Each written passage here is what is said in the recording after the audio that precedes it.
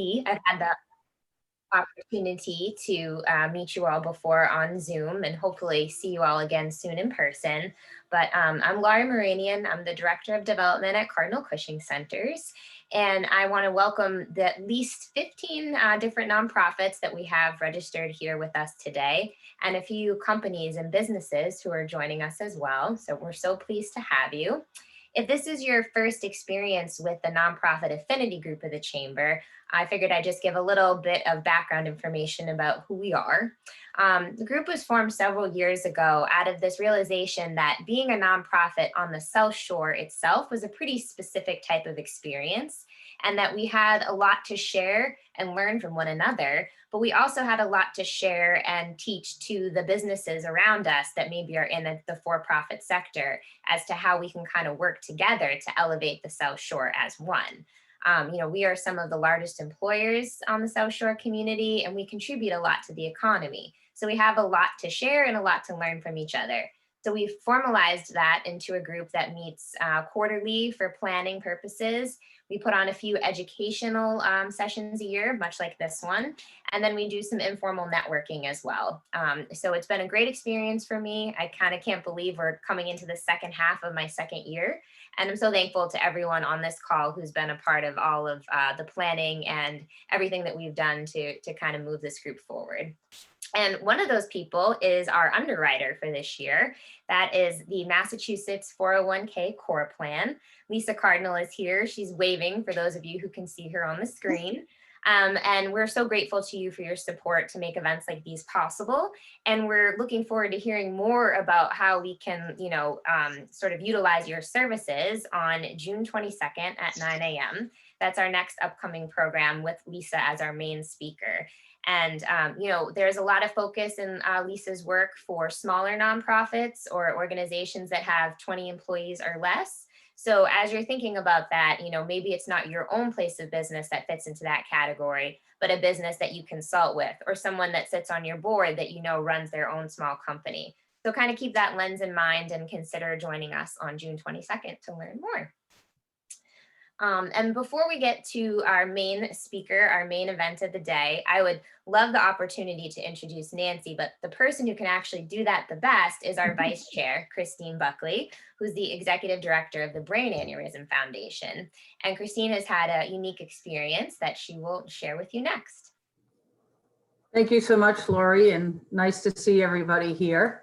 I feel super fortunate. One thing I love transitioning from the private sector to the nonprofit world is all the different people that I've met and how they've impacted me, not just from the foundation itself and the people that we serve, but just through networking and some other opportunities that I've had. So I don't remember when it was, but it was probably 2 years ago that I had this opportunity to take part in the Charity Warrior Challenge. And at the end of the challenge, a local charity was Boston, Greater Boston area.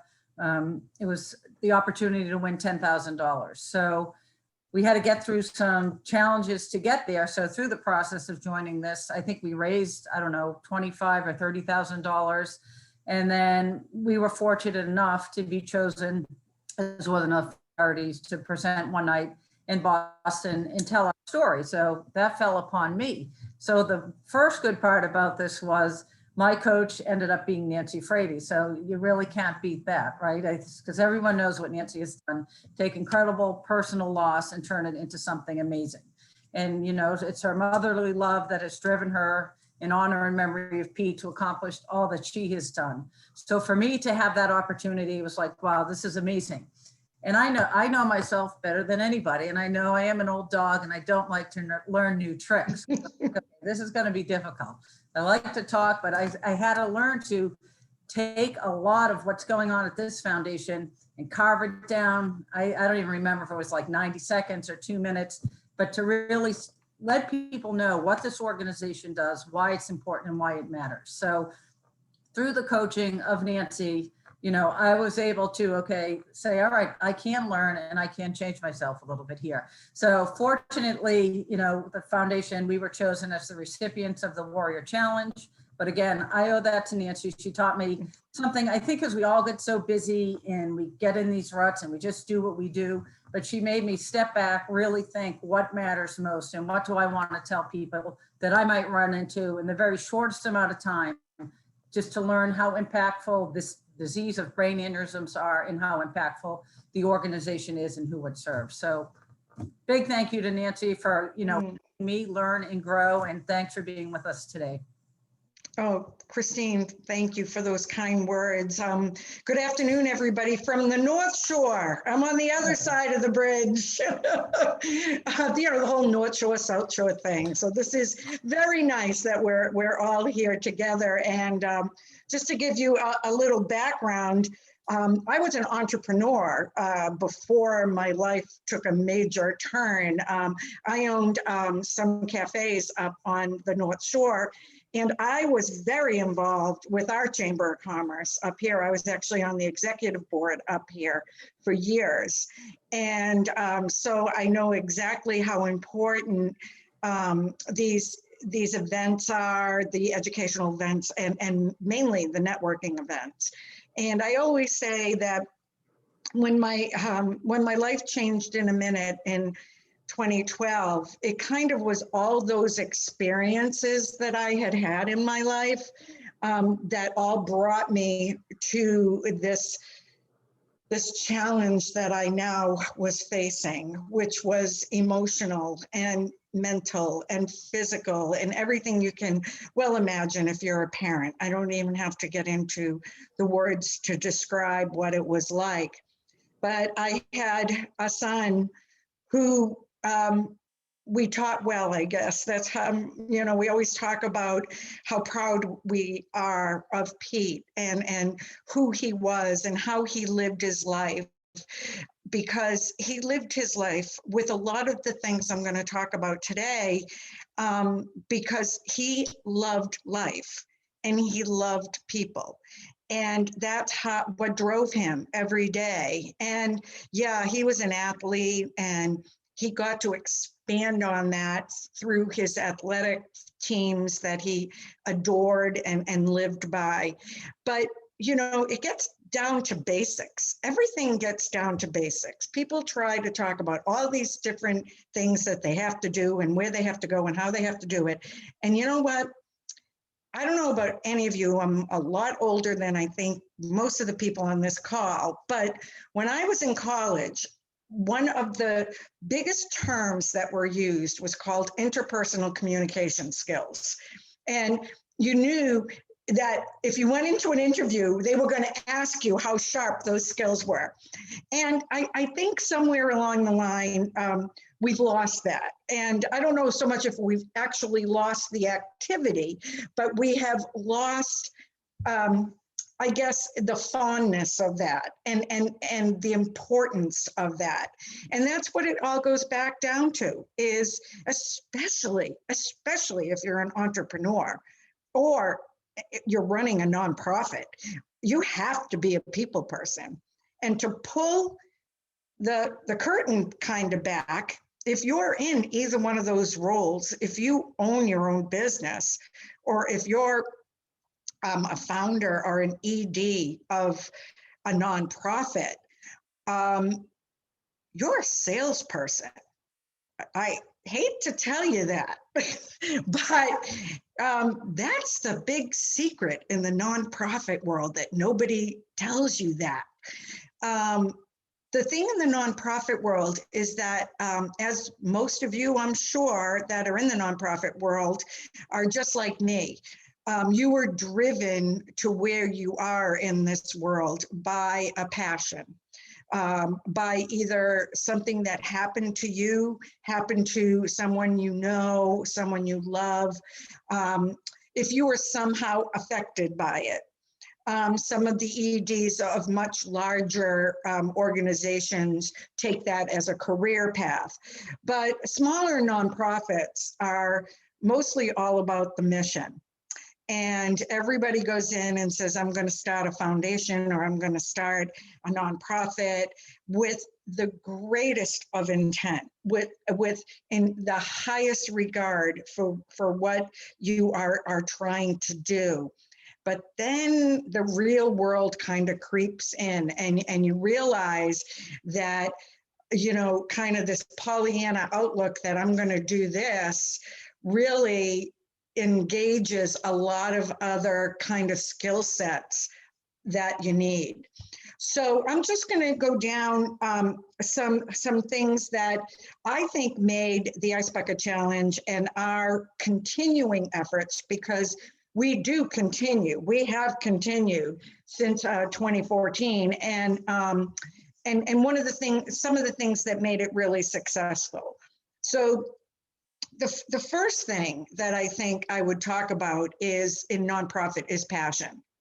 If you don't have passion for what you're doing, it's going to be pretty hard to motivate others, to raise money, to get out there and really help what your mission is. So you have to really get in tune to where that is coming from. And you have to wake up every morning and really believe and have the confidence that your passion is going to drive you to have a great day. And that is exactly what I had to do. And when I put it in those terms, I mean, I had to work at it. I had to put 2 feet on the ground, even though my 27-year-old son in the next room was dying before my eyes. And I had to make a choice every single morning to be positive and to be productive for that day. So somehow I would go right into my passion, and I would say, okay, positivity and productivity. Those were my words every single morning. You see, the night Pete was diagnosed, he told me that I was going to get to work. And I kind of had been that mom for him. Like I said, this is kind of my 4th chapter in life. And everything I've done up to this point, I had kind of been a self-starter. I owned my own businesses. I did those kind of things. And in the same time, I was kind of the captain of the team's mother. So I was arranging the dinners and the buses and all that kind of stuff. So you know, Pete and my other children constantly saw me working towards something. It was just how I was brought up. It was my life. I've been working since I was 12 years old.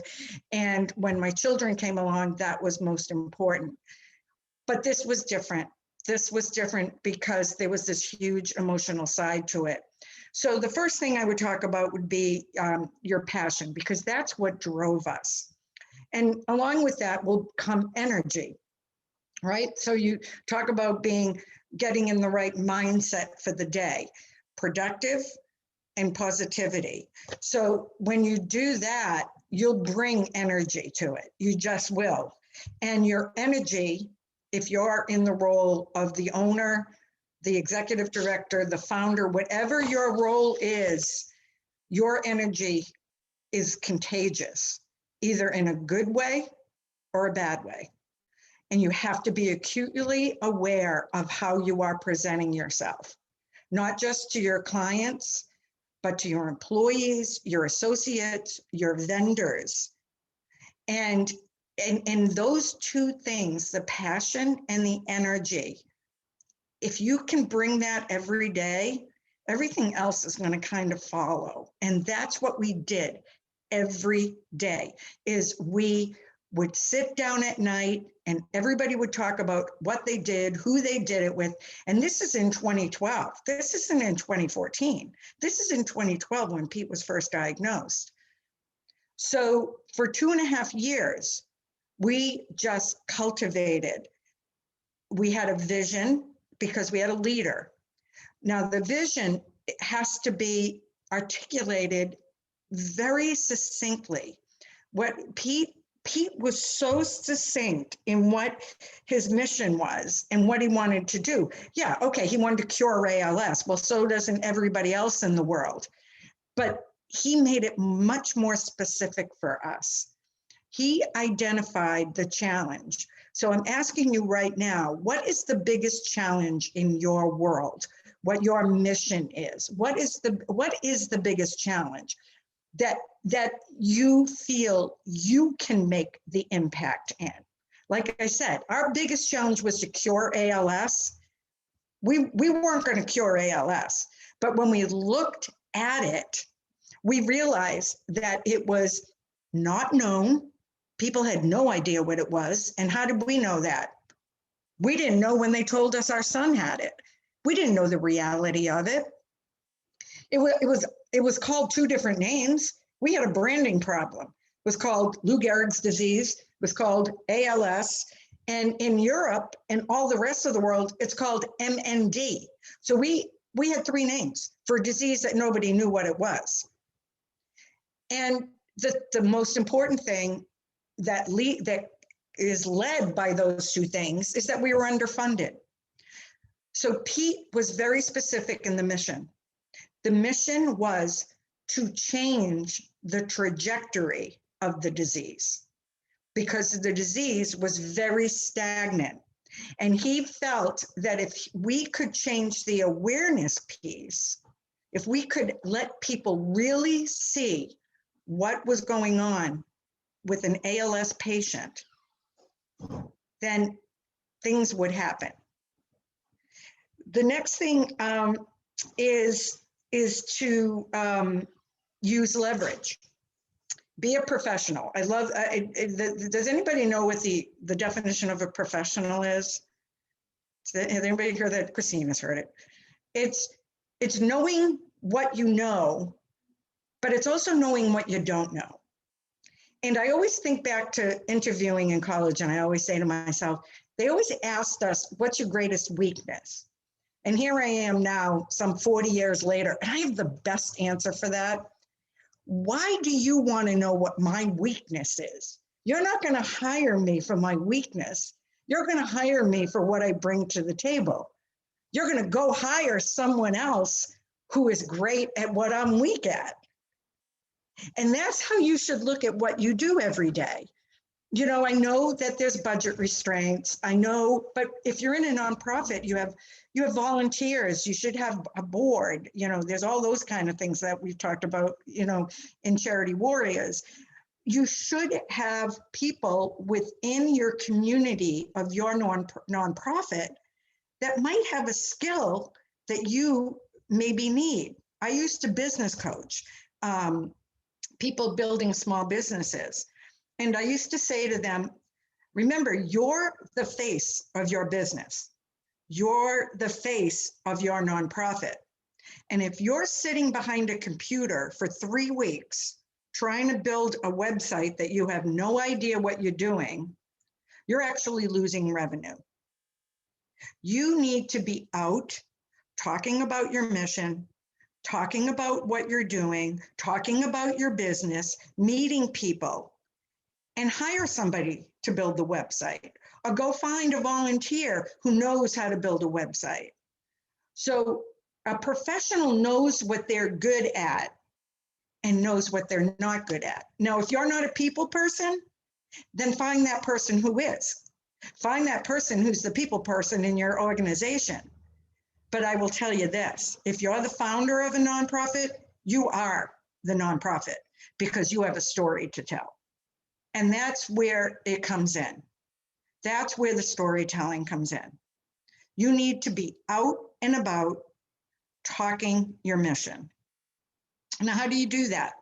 So what we did is when we started on our journey prior to the Ice Bucket Challenge, we called it mining our treasure. So Pete was so amazing in so many ways. But he said, now, Mom, this disease is very visual. He said, here he is. He's a Division I baseball player, big, strapping, handsome kid. And he said, I'm going to lose the ability to use my arms, my hands, my feet, my legs. I'm going to be in a wheelchair. I'm going to have a feeding tube. He goes, this is a visual disease. He said, and Lou Gehrig, God love him, he gave that speech, but 99.9% of the people in that stadium had no idea what he had. And then he walked off the field, which is so not ALS. and we never saw him again. So Pete looked at the tools that he had at hand. And of course, there I am, the mother, whipping out my journal saying, well, I'm going to start journaling what we're doing every day. And what he said was, we're not going to journal like that. We're going to journal online. We're going to journal on Facebook. And this is 2012. So this is a little different, right? Video back in 2012 was, I don't know about you, but I was still kind of like, how do I upload that? You know, it really wasn't what it is today, right? We changed all that in 2014. But so in 2012, that's how we started. And then we started mining our treasure. And our treasure were the circles of Pete, right? So we set up our Facebook page. We had our content, which was going to be Peter, and then we were going to start reaching out. So how did we reach out? We just started networking. We networked with anybody and everybody that was involved in our world of ALS. We got to know who all the players were. That is so key in what you're doing. You really have to know who the community is and who the players are. Then we just started making events and doing things online so that we could build this community of Team Freight Train, which was following Pete. Now, that's where the storytelling came in. The storytelling was Pete's story. So whenever we would go out, it would be about Pete. And what would, so the thing about storytelling is when you're gonna, let's go to the elevator speech piece of this, because I want to get to some questions too. So say you're out networking, which you should be doing, and I think I made that abundantly clear, is that 9 to 5, if you're sitting behind a computer all day, maybe you don't have somebody to do bookkeeping or whatever it may be. Again, if you want to be in a growth position, you really need to get out. I used to tell the story of, I used to teach real estate to real estate agents. And I said, go shopping. I said, go shopping. I said, you can be in the shoe department of Nordstrom's and you might find a client. I said, if you're talking to another person and you start talking about real estate, or you start talking about your mission, or you start talking about a story, you're doing your job. And then you have to know how to close. It's salesmanship. But when you're in a nonprofit, it's so much more than that, because people act on emotion. And a lot of us in the nonprofit world, we can pretty much pull heartstrings, because what we do is probably impacting someone else's life in a really great way. So when I talk about mining your treasure, who are you impacting? Think of one of the best stories that your nonprofit has done. Think about a situation that somebody who's listening would be so interested in. Because the last thing when you meet somebody that they want to hear is, well, this is our mission, and I'm the executive director, and our place is in Braintree, and this. They could care less. They don't care where you're from. They don't care any of that. What they want to hear is they want to hear about Scott. Who's Scott? Well, Scott is one of the children that we serve. I'm going to use the word Susan, because Christine, Girls Rock Boston, I just thought they articulated it so well. This really resonated with them. So one of the other nonprofits that was in the group with Christine is a nonprofit called Girls Rock Boston that take underprivileged girls and they teach them an instrument after school. It's not a boys and girls club. It's nothing. It's only girls, and they're girls that come in with, a lot of them aren't even musically inclined. And then at the end, they have a big concert at the end. But they teach everything and empower these children learning these instruments. Well, as soon as, I talked to Nora about this, she said, well, Susie, Susie, she walked in, knew her background. And the other thing is that you don't have to use their real name. You don't have to get permission because there's a whole bunch of HIPAA. And obviously we don't want that. But broadly, you can talk about and use specifics as long as you're not saying, well, Susie, who lives at 10 South Street in South Boston. I mean, you can do this. So look at who you're serving and get a story and have that be your marquee story and perfect it. Just so when you meet somebody, hi, I'm Nancy Frates. Oh, I work in the world of ALS. Yes, Lou Gehrig's disease. That's usually how it always would go. And then I said, well, my 27-year-old son, my middle son, was a baseball player at BC.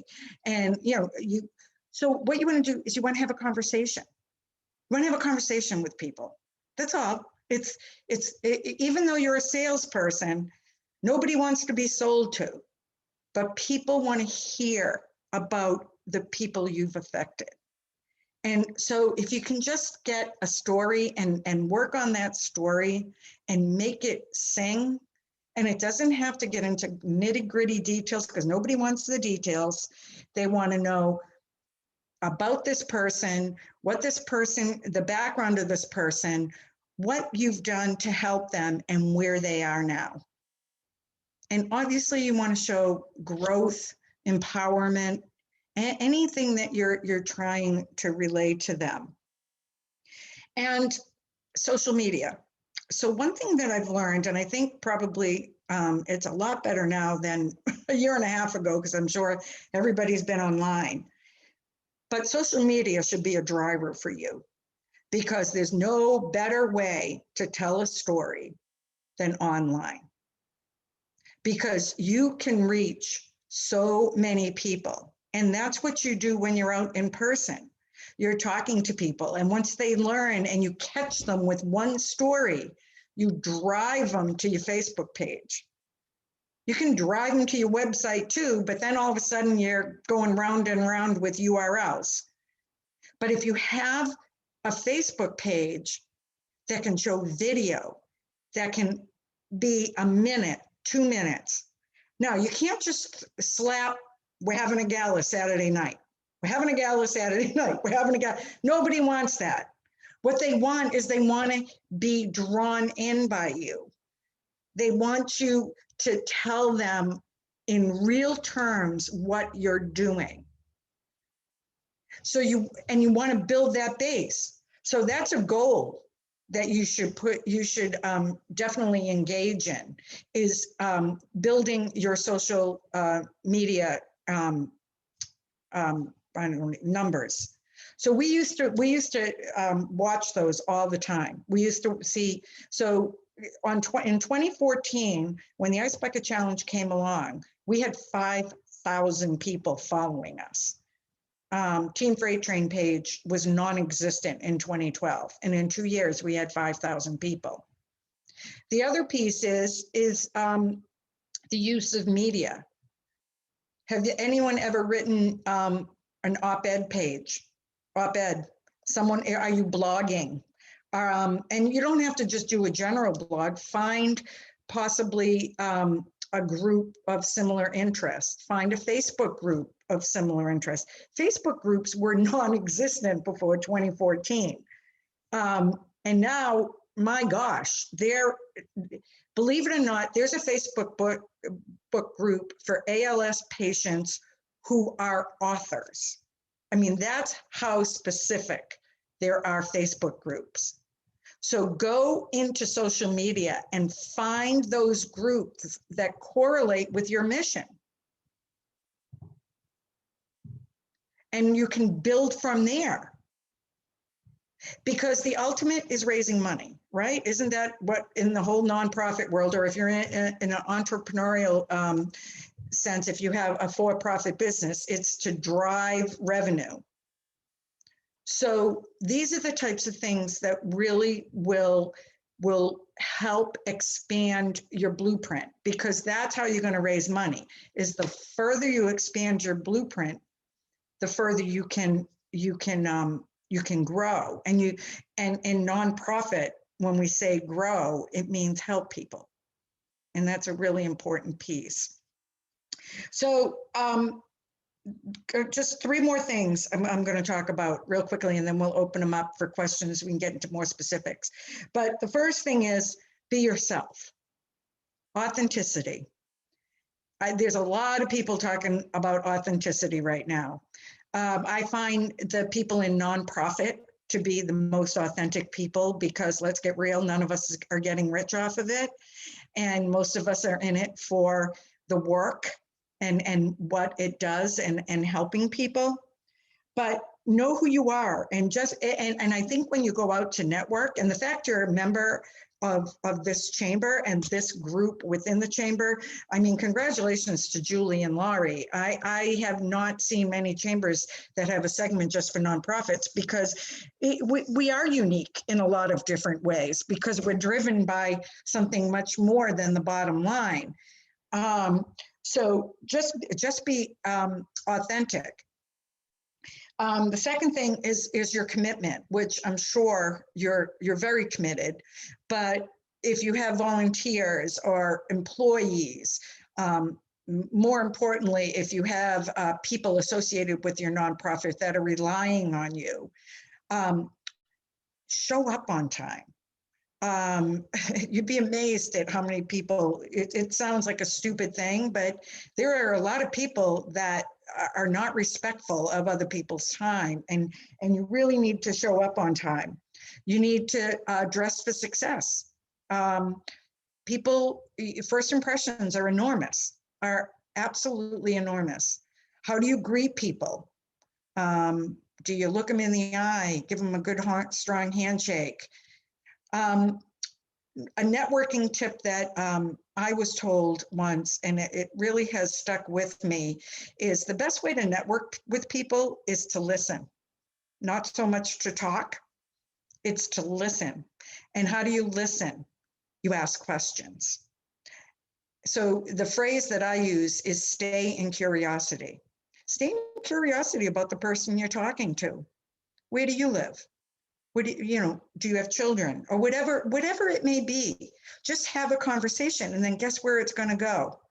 If you're the person who asks the questions in a conversation is the person who's controlling the conversation. So if you know how you want to get to where you're going, then that makes it easy for you to start your story. If you're in a mission of children, the question, do you have children, is an easy question. Or do you have children in your life? However you want to put that. Oh, yes, I have 2 nieces. Oh, isn't that great? Well, it reminds me of a story of Susie that we have helped. Boom. The door opens right up for you. So look at that conversation. What question can you ask the person you're networking with that will open a door and give you opportunity to start telling your story? And the last thing is gratitude. First of all, we're grateful for all of you, because all the people who are in the nonprofit world are special, special people. They're the most special people I've ever met. But you should feel gratitude every day. It can come from anywhere. You can wake up in the morning and just be grateful that the sun is out, especially around here, right? If the sun is out, I'm grateful. What are you grateful for? There's Oprah who writes down her 10 things she's grateful for every day. You know what? It doesn't have to be that complicated. It just has to be, look, I'm grateful every morning that I put 2 feet on the ground because I have a son who doesn't. What are you grateful for? Feel it every day. Show it every day. Show how grateful you are, and then share it. Share your gratitude. I tell people all the time, I'm so acutely aware of when people talk to me, if their perspective on life is glass half empty or glass half full. I choose to be in the glass half full, and I'll turn it right around if somebody says something to me that's glass half empty. So feel it, show it, and share it, and you'd be amazed at the things that will come your way. So what I'd like to do is stop talking, and there's so much I could tell you about Ice Bucket. Oh, this was the last thing I wanted to talk to you about, storytelling. I knew there was something else. So what happened during we have about 55,000 followers on Facebook right now, and we still are posting, and we still are. We have we have a new foundation now. We used to raise money to help take care of Pete. Now we have a foundation that helps with other people. We're building, trying to build an ALS building add on to the ALS residence in Chelsea. I'm going to name it Pete's Place. So we're still doing a lot of that, and I still work with a lot of the other ALS nonprofits. But on my Team Freight Train page, I'm very strategic, and that's something that you need to be. You need to be very strategic. You need to watch what you're posting, when you're posting, and then you need to be acutely aware of where your pearls are. And when I talk pearls, you will know what your pearl is, because your numbers are going to go up. So we always have known what our pearl is. Pete would drive, whenever we would put Pete on there, we would drive tons of traffic. But our greatest pearl was Lucy, his daughter. So we used to use, I always used to say to my daughter-in-law, I go, well, we're using Lucy again. She's our little strategic person. You know, when we really wanted people to take notice of what we were saying, we'd throw a picture of Lucy on there, and the numbers would be out of control. So once you start mining the treasure, once you start telling the stories, once you start posting all these things, then look at the data. And it's not going to be a secret what people are going to be interested in. So when you do want to have that gala, right, you're going to know how to market it. You're going to know how you're going to have to position it to reach the most people. So that's the one of the key things in the world of social media, is to know and to use influencers. So if you have people of influence, you want to tag them. You know, that's a huge piece too. And we did that. That's how we grew our numbers, was by tagging people of influence that we knew. So Julie, I'm gonna stop, and I'm gonna wait and see if somebody I can help.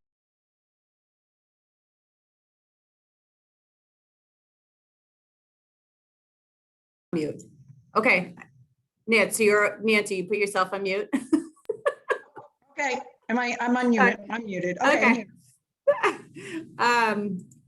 So looking at, so there's no questions in the chat, but does anyone want to just unmute themselves and ask a question to Nancy or Peter? Do you have a question?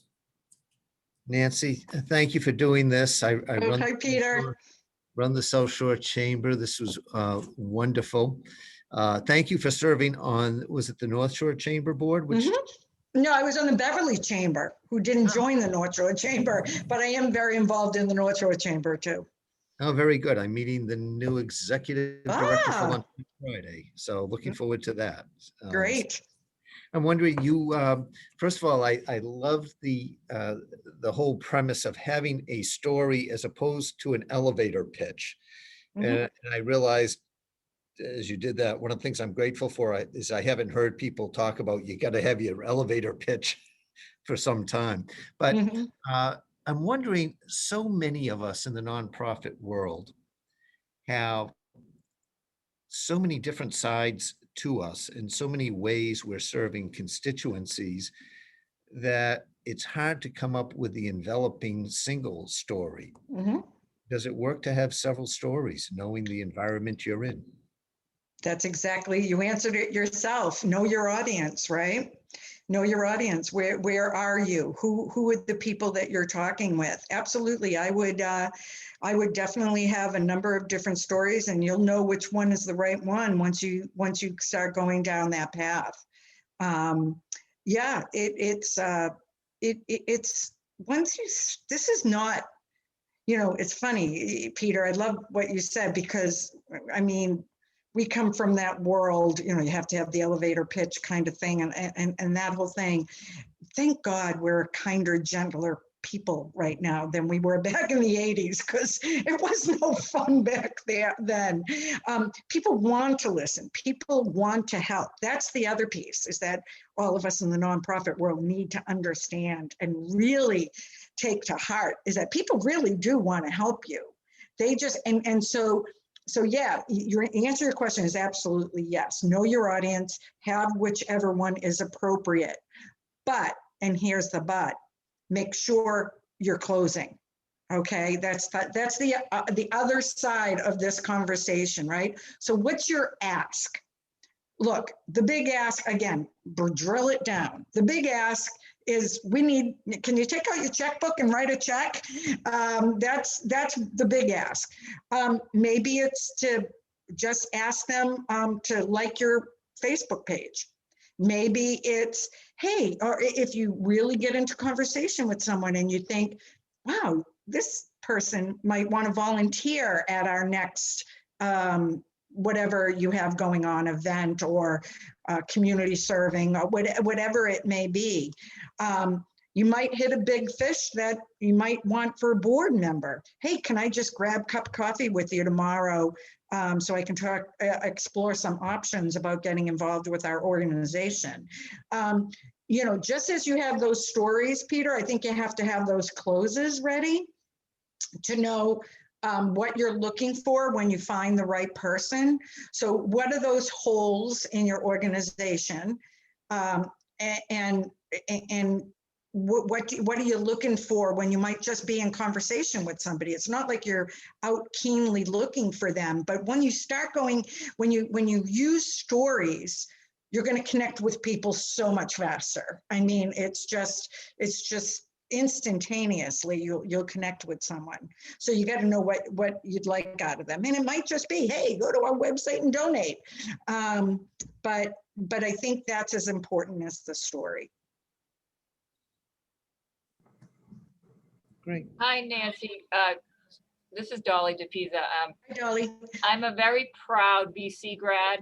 Woo! I just want to thank you and your family. I'm also an athlete from Boston College a million years ago. A million years ago. I was there a million years before you, Dolly. So don't No, worry. I doubt it. I think I got you beat. But anyway, I think it's a very proud BC crowd. I have a son who just graduated a couple years ago, and Congratulations. it's really trickled down to even him, and that everyone is proud of what you've done, what Pete has done, and the community of BC seems, you know, it used to be always Doug Flutie, which of course I'm proud of him too, but I think Pete made such a more lasting impact to not just the BC community, but to BC's friends and neighbors. And I mean, we were in Situate with ice buckets and then passing around and then the BC community spread it out. I mean, I've always been very proud of BC and their athletes, student athletes, but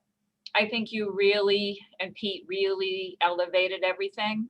And I've heard you speak before. I was at the Mass Women's Conference and other times, and what you just said about your story is tremendous, because a lot of us do a lot of fundraising for different nonprofits that we have our heart and soul in, and it's just that story. And like, you know, like you said to Peter Foreman, it's different every place you go. So the story that you tell at one place may be different than a story you tell at another place. And I just wanted to say something because I was very proud of what you and your family have done. Oh, Dolly, that means an awful lot. And in the same breath, I will say BC has been very good to my family. The thing I'm proud, look, so this will tell you how old I am. I'm pre-Doug Flutie at BC. And well, and me too. Last year, now I'll really tell you how. Last year, the 2020 was my 45th reunion. Okay, so it was it my Yeah. 40th? It was my 40th. All right. See, all I right, told so- you I had you beat. All right, all right. So and we know Doug Flutie, and Doug Flutie is an amazing person, and he's had his own challenges in life and has done an amazing job. I think with Pete, men and women for others, and that is how Pete lived his life. And then when this happened, that was probably the one thing you'll always hear about Pete, is he was the ultimate teammate and he was the ultimate servant leader. And I think if we all, and that goes back to his, and just so that you all can have these words. So Pete had an affirmation that he used to say all the time to his teammates. And when he was at St. John's Prep up here on the North Shore, not Xaverian, up St. John's Prep, he was captain of his football, hockey, and baseball team his senior year. And he developed this affirmation that he would use all the time. And when he got sick, it kind of became our mantra, and still is our mantra to this day. And actually, you know what, I'm just gonna show you it because we have it hanging on our wall. So it's right there. It's be passionate, be genuine, be hardworking, and don't ever forget to be great. And great can be a lot of different things, and everyone is great. And you have a duty to other people to always be your greatest self, right? And that's how he lived his life. And I think if we all just take those, just be yourself and be great. I live by these words every day. I can't tell you how many times a day I say that. You know, being the good Catholics that we are, we had his mass cards made. And when it came to the back of them, the only thing I could think of putting on the back of them was that affirmation, because how wonderful if we all just lived by those things, is to be passionate and be genuine and be hardworking. No one, you know, you got to go out and get what you want. It's not that it's going to come to you. You have to work for it. So, so I'd love to share that, and I hope you're inspired by those words, because they inspire me every day. But thank you, Dolly. That means a lot. Thank you. Anyone else? For sharing. Yeah, anyone else? Anybody want to know how many videos there were? 17 million videos viewed by 440 million unique viewers over 10 billion times. Wow. That's how many Ice Bucket challenges there were. And Facebook almost shut down on August 18th, 2014. We almost killed their platform. And I was invited out to Facebook last year by Sheryl Sandberg, which, you know, not to name drop, but I was with Sheryl, me and Sheryl. And what was probably the greatest gift that they gave us was that when we were met with them in 2015, they wanted to give us these numbers. So they sent us to New York, and we met a bunch of the executives, not Sheryl and not, what's his face, Mark Zuckerberg, but some of the other ones. And why they called us was because they said, you know, they were updating when this thing was going on. It was crazy. I mean, someday we'll over wine, invite me back down, and I'll tell you what was going on in my personal house. But they were talking about what was going on at Facebook during that time. They were working, they had people working 3, 4, 5 days in a row trying to keep up with the activity, because they weren't, obviously, as nobody was prepared for the avalanche that happened. But they said that the two biggest days in the life of Facebook is the Oscars and the what's the other one? Super Bowl. Mhm. Weird, 2 weird days. I don't know why, but they said that during those days in August, the volume that we created were those 2 days combined times over 5 times. So they had no idea what they were doing, but it ignited them to develop the birthday fundraisers and the donate button. And they just announced that they have raised $5 billion on Facebook fundraising tools. So if you're not on Facebook fundraising, you're missing an incredible opportunity. So that is a huge piece. Get people who are involved in your mission to do birthday fundraisers for you if you have a Facebook, a nonprofit Facebook page. Huge, huge. We showed what $5 donations can do. We changed the whole world of philanthropy. So use those tools that they built based on what it did. Yeah. Wow, that's not a tip to end on. That's amazing. Yeah. Yeah, it's pretty, it's incredible, and you'll see it when you story tell on Facebook. You will see it. And everybody says, oh, sorry, Facebook is so passé. Guess what? People still checking their Facebook pages. They're just not admitting it. And guess what? Who wants 16-year-olds? You want people who are older and established, because they're the ones that are going to give the money, right? So just take that negative, look at glass half full, right? Well, I think that we all have so many inspiring things to think about as we go on with the rest of our workday. Most importantly, being authentic and professional and being great. And how do we be even more great? And I know I will think about that as I carry on here over the next few hours and over the next several days. So Great. thank you so much for your time today and for sharing your story. We really appreciate it. Well, thank you all for having me. And if you're ever up on the North Shore, we're up here. Yeah, we'll take you up on that. We'll cross the bridge to have that. All right, glass there we of go. wine with Peter's you, going to Nancy. meet with the North Shore Chamber. Let's do a Yes. joint. Yeah, there we go. All right, everybody. That's Thank good. you. Bye, Thanks, Nancy. Nancy. Bye, everyone. Take Bye. care.